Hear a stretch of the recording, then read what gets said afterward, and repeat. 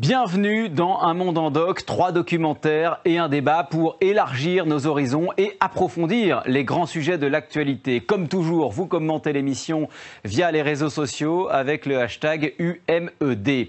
La confiance entre la population et la police est un élément essentiel du pacte républicain. Aujourd'hui, ce lien est abîmé. La crise des Gilets jaunes a tendu les relations entre les Français et ceux qui sont chargés de leur protection. Mais cette tension existe depuis beaucoup plus longtemps dans certaines parties du territoire, et notamment avec les jeunes. Au-delà des bavures qui laissent des traces durables, il y a au quotidien les comportements excessifs de certains policiers. Il y a de l'autre côté des fonctionnaires épuisés par la culture du résultat. Et puis de part et d'autre, il y a la peur et souvent le mépris. Alors nous nous demanderons avec nos invités comment retisser le lien. Mais avant cela, voici notre documentaire « Police, illégitime violence ». C'est un film de Marc Barr. Voilà, notre film se conclut sur une intervention sans violence, relativement banale, mais on l'a vu, c'est très souvent la défiance, voire l'agressivité qui domine entre la police et la jeunesse. C'est une question qui dépasse d'ailleurs désormais ce qu'on appelle, à tort ou à raison, les quartiers populaires. La crise des Gilets jaunes a tendu les rapports entre nos policiers et une partie plus large de la population. À qui la faute ? Comment opérer une désescalade ? La police est-elle au-dessus des lois ou ne fait-elle que répondre à la violence de la société, une société de plus en plus violente? On va voir ça maintenant, on va approfondir avec nos invités. Bonjour à vous Jean-Michel Schlosser.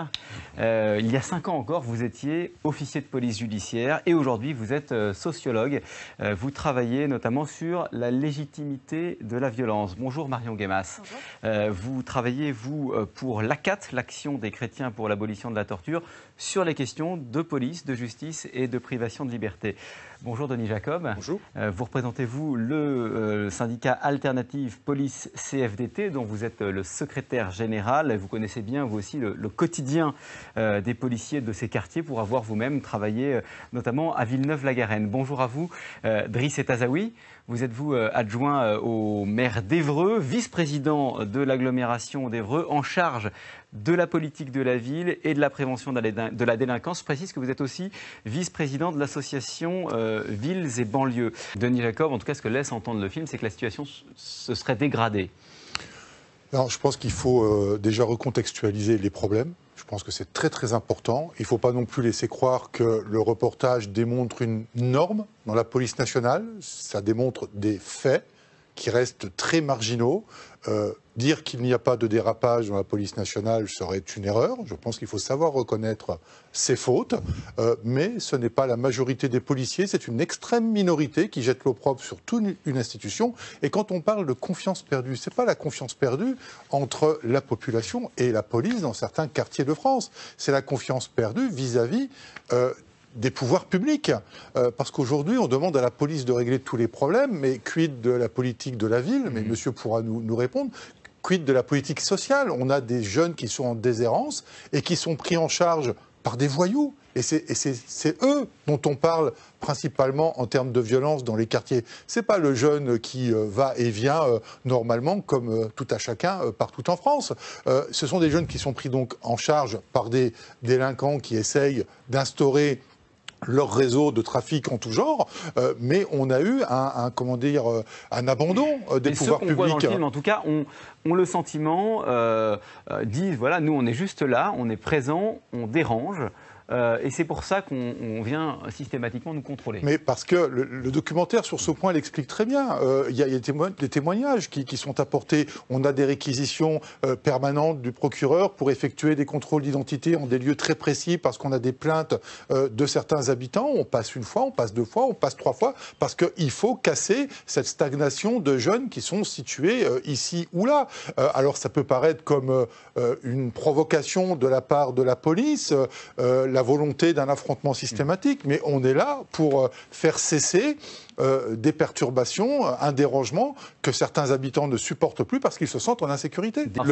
C'est important de répondre. À quoi ça sert ce type de contrôle ? Mais parce qu'on est là pour empêcher, pour déranger ces attroupements qui sont signalés. En fait, notre but, c'est de les faire partir de là où on nous demande d'intervenir parce qu'il y a des plaintes, parce que c'est pas de l'initiative que l'on fait. On le fait sur plainte d'habitants et sur une réquisition très souvent permanente de la justice, d'aller procéder à des contrôles d'identité pour que les jeunes qui sont signalés comme des perturbateurs s'en aillent. Donc on va passer une fois, 2 fois, on sait qui c'est, bien évidemment, je ne vais pas vous dire le contraire, on le contrôle 1 fois, 2 fois, 3 fois, on sait à qui on a affaire. Le but, c'est qu'on crée un ras-le-bol dans ces jeunes-là pour qu'ils s'en aillent. Manifestement, ça ne fonctionne pas. C'est en tout cas ce que semble démontrer le film. Après, toute la question, c'est pourquoi ils sont là. Oui, puis il y a 2 choses. Est-ce que cette politique est efficace, puisque manifestement vous nous dites, voilà, c'est aussi ce qu'on nous demande de faire. Et puis, est-ce que ça témoigne pas aussi d'une moindre tolérance de la société à l'égard de ces jeunes qui sont dans l'espace public là-dessus ? Le film le dit bien, le film qu'on a vu tout à l'heure, effectivement, à un moment donné, on s'interroge, on dit, mais pourquoi est-ce qu'on va contrôler des enfants de 12 ans ? Quel est l'intérêt que d'aller faire un contrôle d'identité auprès des enfants de 12 ans ? Non, mais moi, attendez, je vais répondre et je vais mettre de l'huile à votre moulin.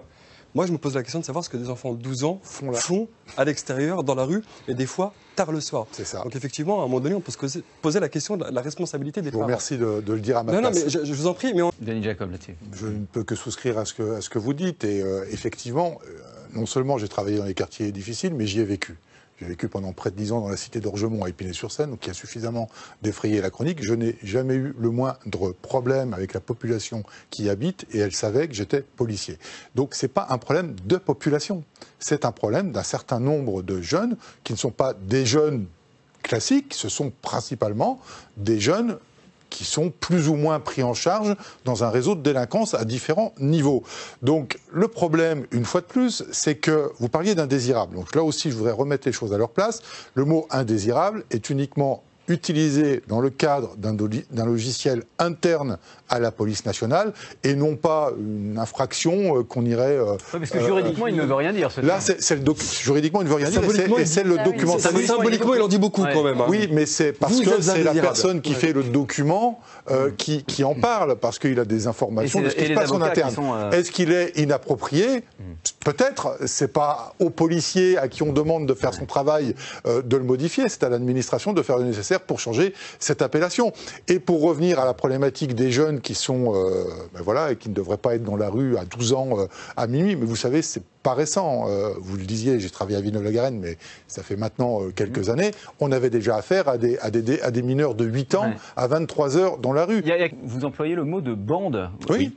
Vous avez le sentiment parfois qu'entre les policiers et les jeunes, ce sont 2 bandes face Bien sûr, à face. aujourd'hui, les policiers, parce qu'on n'est plus présent de manière pérenne dans certains quartiers où on devrait lutter quotidiennement contre les points de deal, notamment, qui est un vrai sujet, on n'intervient que quand il y a réellement un problème. Et comme on intervient sur leur territoire, on est donc forcément un ennemi, une bande rivale, et donc on s'en prend à nous. Et donc, on est obligé d'affirmer l'autorité de l'État parce qu'elle n'est plus reconnue comme telle, et donc il se passe malheureusement des confrontations. Et c'est notamment pour ça, et c'est important que je vous le dise quand même, c'est que nous, Alternative Police, mais d'une manière générale, tous les syndicats de police, on souhaite une généralisation du port de la caméra piéton pour tous les policiers, parce que c'est avant tout une protection juridique pour eux. On entend les insultes, on entend aussi dans le film qu'il est question de racisme. Le racisme dans la police, vous l'avez constaté, vous, Drissier Tazaoui ?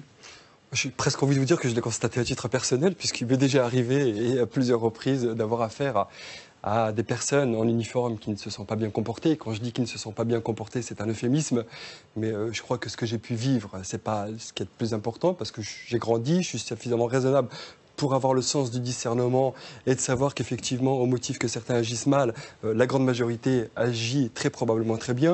Vous voyez, je ne souhaite pas qu'on généralise et sur les jeunes, mais également sur la police. Mais oui, cela existe. On peut excuser des jeunes qui ne se comportent pas très bien. On peut leur trouver des circonstances atténuantes, etc. Par contre, les forces de l'ordre, elles sont formées. Elles doivent faire preuve de sang-froid. Ce sont des professionnels. À eux, il est beaucoup plus difficile de leur trouver des circonstances atténuantes. Et dès lors qu'il y a un dérapage, ils sont beaucoup plus blâmables de mon point de vue. Sur ce point, oui. Pas d'excuses pour les policiers qui... Alors, moi je vais être très clair, le racisme, la xénophobie, l'homophobie et tout ce qui peut porter atteinte à la liberté individuelle et aux droits de la personne n'a pas sa place dans la police nationale. Pour autant, quand on me dit que c'est un problème de formation, je ne suis pas d'accord. Et pour l'avoir personnellement vécu, quand vous arrivez en école de police, on ne vous forme pas aux cités du 93.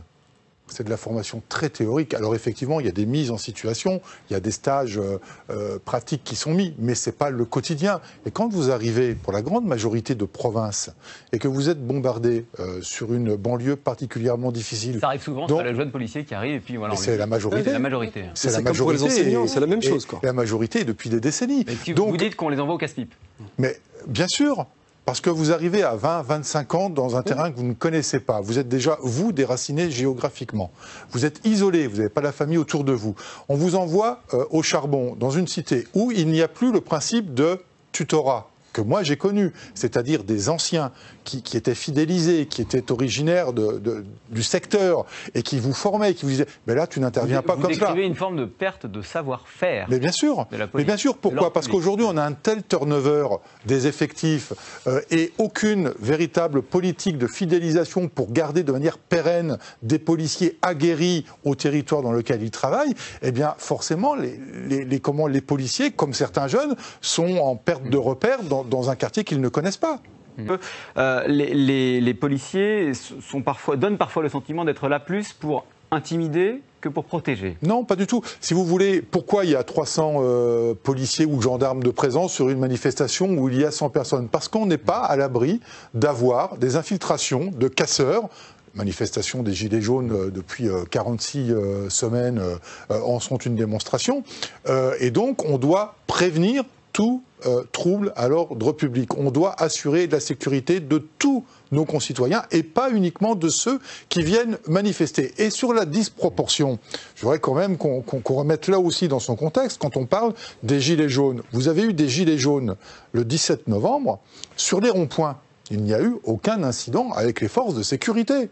Tout s'est très bien passé. Et puis, on a eu une dérive d'ultra, notamment, qui a infiltré ces manifestations-là et qui ne sont venus que pour en découdre avec les forces de sécurité. Et là, on pourrait reparler du maintien de l'ordre et de la réforme qui devrait être conduite. Et on a des gens qui étaient là uniquement pour manifester, qui se sont retrouvés pris entre deux feux, si je puis parler ainsi, entre ceux de la police et ceux des casseurs, et qui se demandaient ce qui se passait parce qu'ils n'avaient pas entendu les consignes de dispersion du maintien de l'ordre. Alors, vous vouliez ajouter quelque chose? Oui, l'IGPN est absolument indépendante à partir du moment où ce n'est pas elle qui enquête de A à Z sur une mise en cause d'un policier. L'IGPN n'engage que des enquêtes administratives et la police est sous l'autorité aussi des enquêtes de la justice. Il y a aussi des instances maintenant externes. Alors certes, ils ne donnent pas d'avis, ils ne sanctionnent pas, mais ils peuvent faire part de ce qu'ils ont pu constater. Je pense notamment aux défenseurs des droits. Il y a aussi les associations qui sont de plus en plus présentes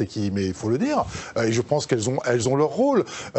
Mais vous seriez ouvert, par exemple, à des propositions comme celles qu'on vient d'entendre? Mais on a déjà échangé avec Marion Guémas et la CAT sur comment améliorer le fonctionnement de la police nationale, justement parce que si on veut conserver une crédibilité, et on le rappelait, la population continue à nous soutenir majoritairement, mais si on veut avoir une crédibilité et un respect de notre autorité, il faut que nous soyons transparents. On n'a rien à cacher, donc pourquoi aller mettre un couvercle par-dessus tout cela, alors que de toute façon, on a tout à gagner de dire les choses. Alors, l'IGPN, elle peut être considérée comme parti pris. Moi, je considère que ce n'est pas le cas parce que régulièrement, les fonctionnaires de police font l'objet de sanctions.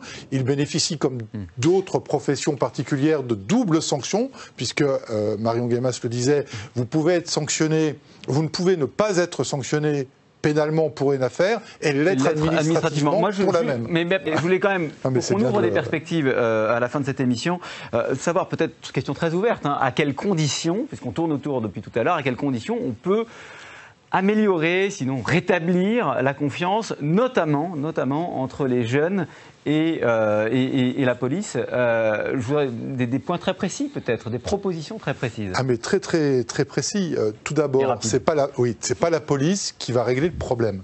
C'est une question politique. C'est politique. Alors... Politique de la ville, j'ai dit tout à l'heure, politique de la ville, politique sociale, politique économique. Mais quand je parle de politique, je parle de l'État. Je parle de l'État. Il y a eu une désaffection des services publics dans les quartiers difficiles. Donc, les gens, ils ont le sentiment d'être des citoyens de seconde zone. Et je ne vais pas leur reprocher de le croire. À très bientôt sur Public Sénat.